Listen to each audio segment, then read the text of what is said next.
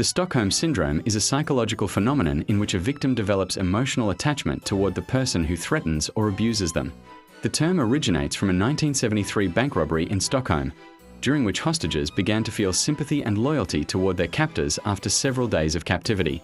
Although this reaction may seem irrational at first, it is in fact a complex survival mechanism of the human psyche. The development of the Stockholm Syndrome is rooted in extreme vulnerability. When a person is in danger for an extended period of time and their life depends entirely on the decisions of another, the brain instinctively focuses on survival. This may involve perceiving the aggressor as more human, exaggerating small positive gestures, and downplaying the severity of the threat. Emotional bonding with the abuser can reduce fear and make the situation feel more predictable.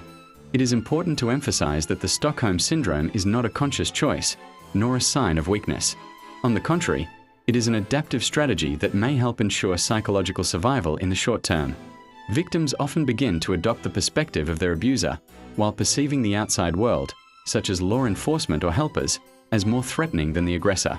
This helps explain why some victims later defend the very individuals who harmed or controlled them. The phenomenon is not limited to classic hostage situations.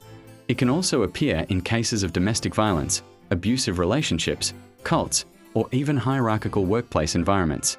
In such situations, emotional attachment is often intertwined with fear, shame, and self-blame, making it even harder to break free.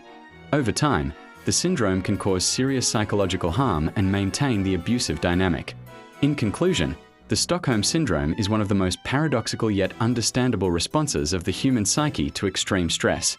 Understanding it is not only important from a scientific perspective but also a social responsibility. It helps us recognize that victims' behavior is driven not by weakness or consent, but by a compulsion to survive. Only through empathy, awareness, and appropriate support can this invisible psychological bond be broken.